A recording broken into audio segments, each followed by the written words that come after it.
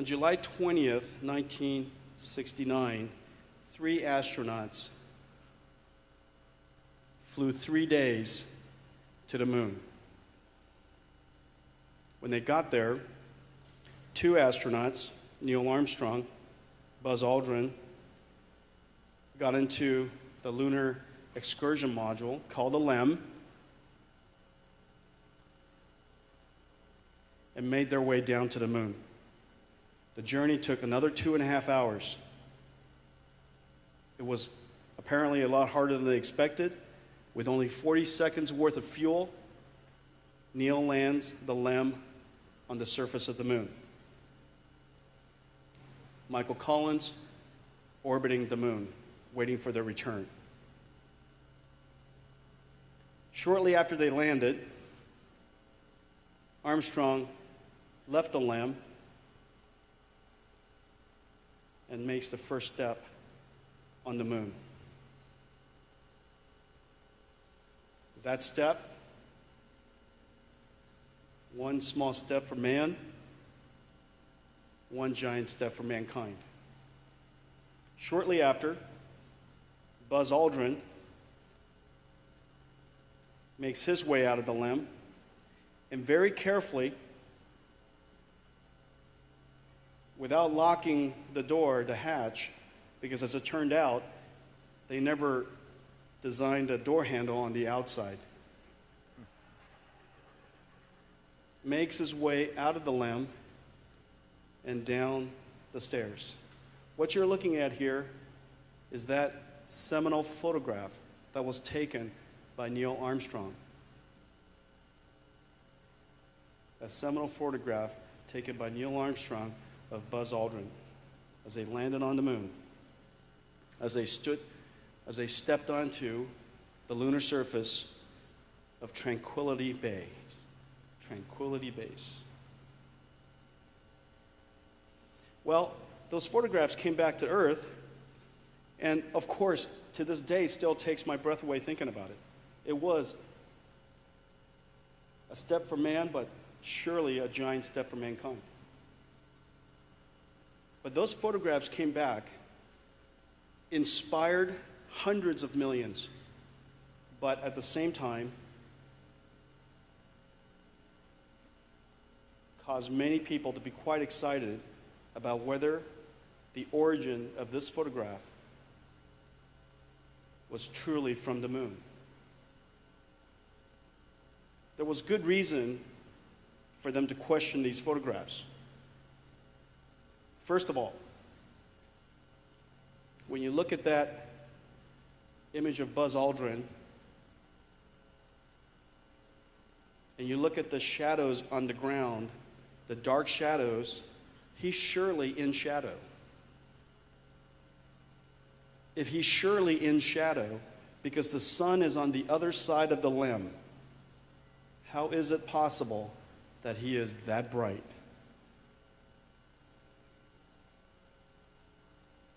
Second, we know there's no atmosphere on the moon. And if there's no atmosphere on the moon, we should be able to see the stars. Clearly, they knew that we could very easily, through the positioning of the stars, determine whether they were actually on the moon.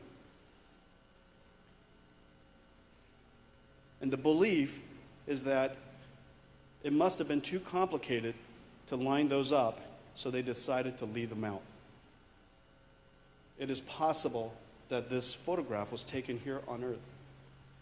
Now, with the invention of VXGI,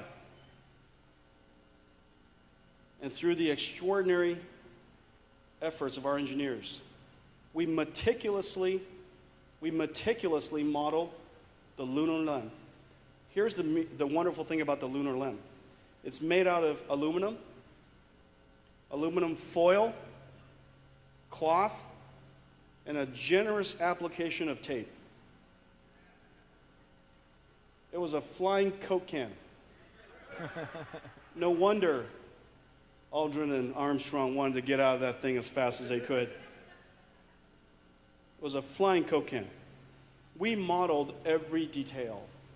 We had to model every single detail. We modeled the surface of the moon so that we could start to study and test these mysteries and come to our own conclusion through scientific means whether it is possible, whether they did land on the moon. Ladies and gentlemen, I'd like to demonstrate to you guys now our work. Every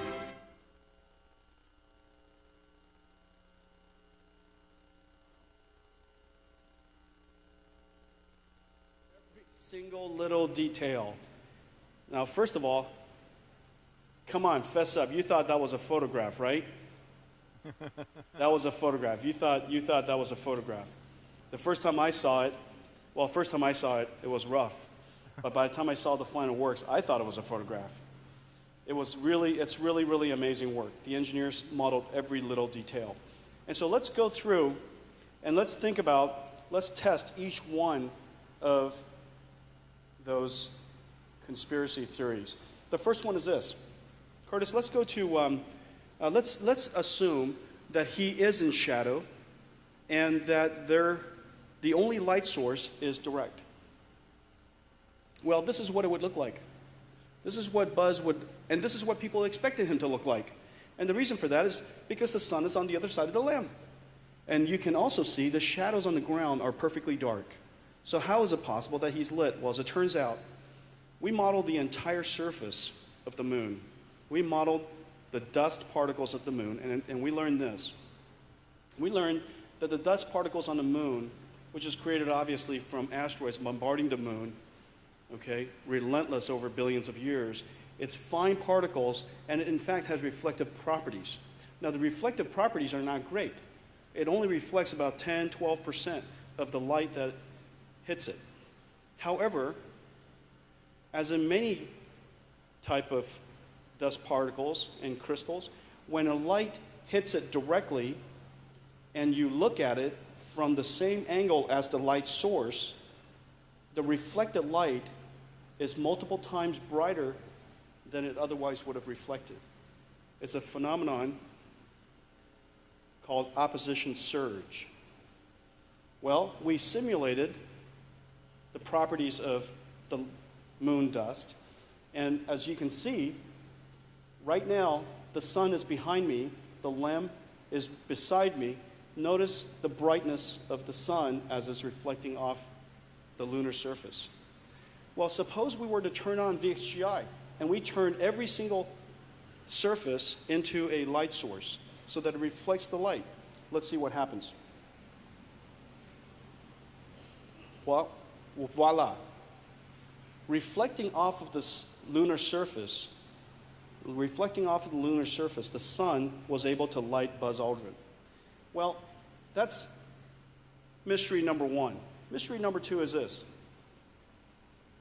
Why is it that while we're looking at him right now, we don't see the stars? Well, that's a simple answer. Turns out it's a simple matter of exposure. The light is so bright, in fact, that they had to change the exposure of their camera to the point where you're not over-blindingly bright on the surface of the moon, while therefore you're no longer able to see the stars. And so what we did was this. In fact, when we look out into the sky, we've modeled all 84,000 of the closest stars around Earth that we can see from Earth. And if we were to change our exposure, this is what we would see. Now, Curtis, what would happen now if we were to look back down?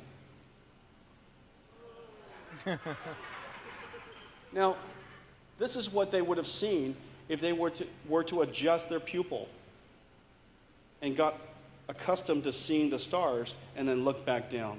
Everything would be so white, so bright, because of the sun's brightness reflecting off the surface of the moon. Now let's change the exposure again, please.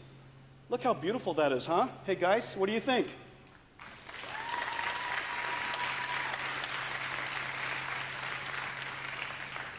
Real-time computer graphics with real-time global illumination. Well, there's another conspiracy. This particular question was kind of interesting. Well, it turns out, can we go to the slide, please?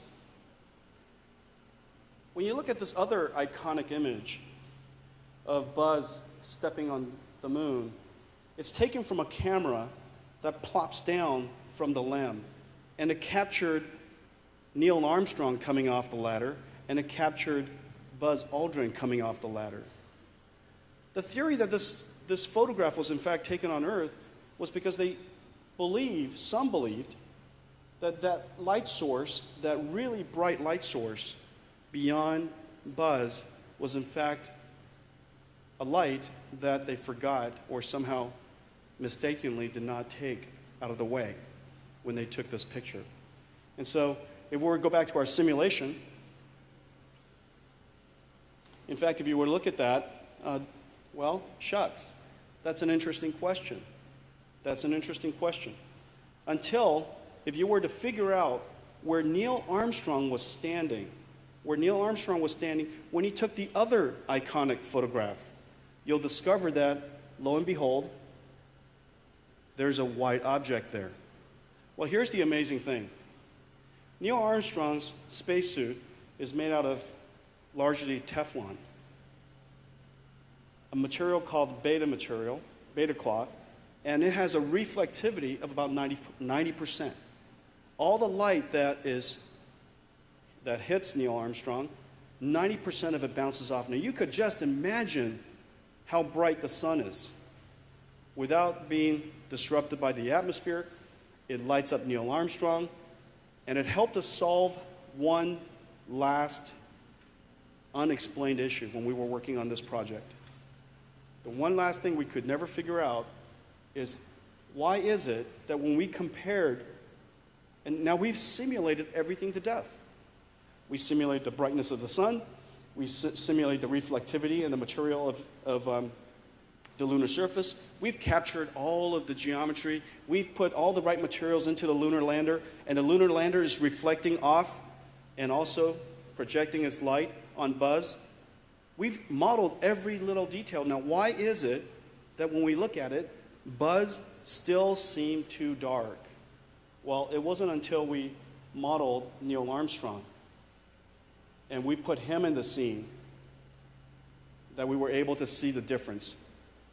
How about let's turn Neil on and off. Off, on. Off, on. That little tiny detail, and we'll show you in just a second, is so compelling that we now understand why it is that Buzz was lit the way he was. Well, let's take a look at, let's step out and take a look at Neil and what he looks like. There's Neil. Yeah. Isn't that beautiful?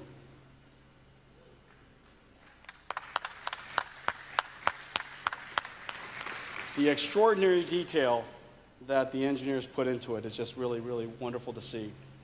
And then lastly, let's compare the before and after. If you can go to slides. If you're not sure, the right side is the photograph. The left side is the simulation. What do you guys think?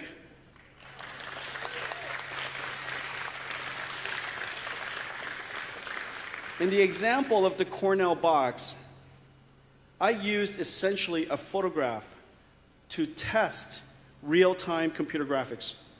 And we continue to improve its capabilities. We added VXGI, and as a result of that, real-time computer graphics came awfully close to the image that was generated by iRay.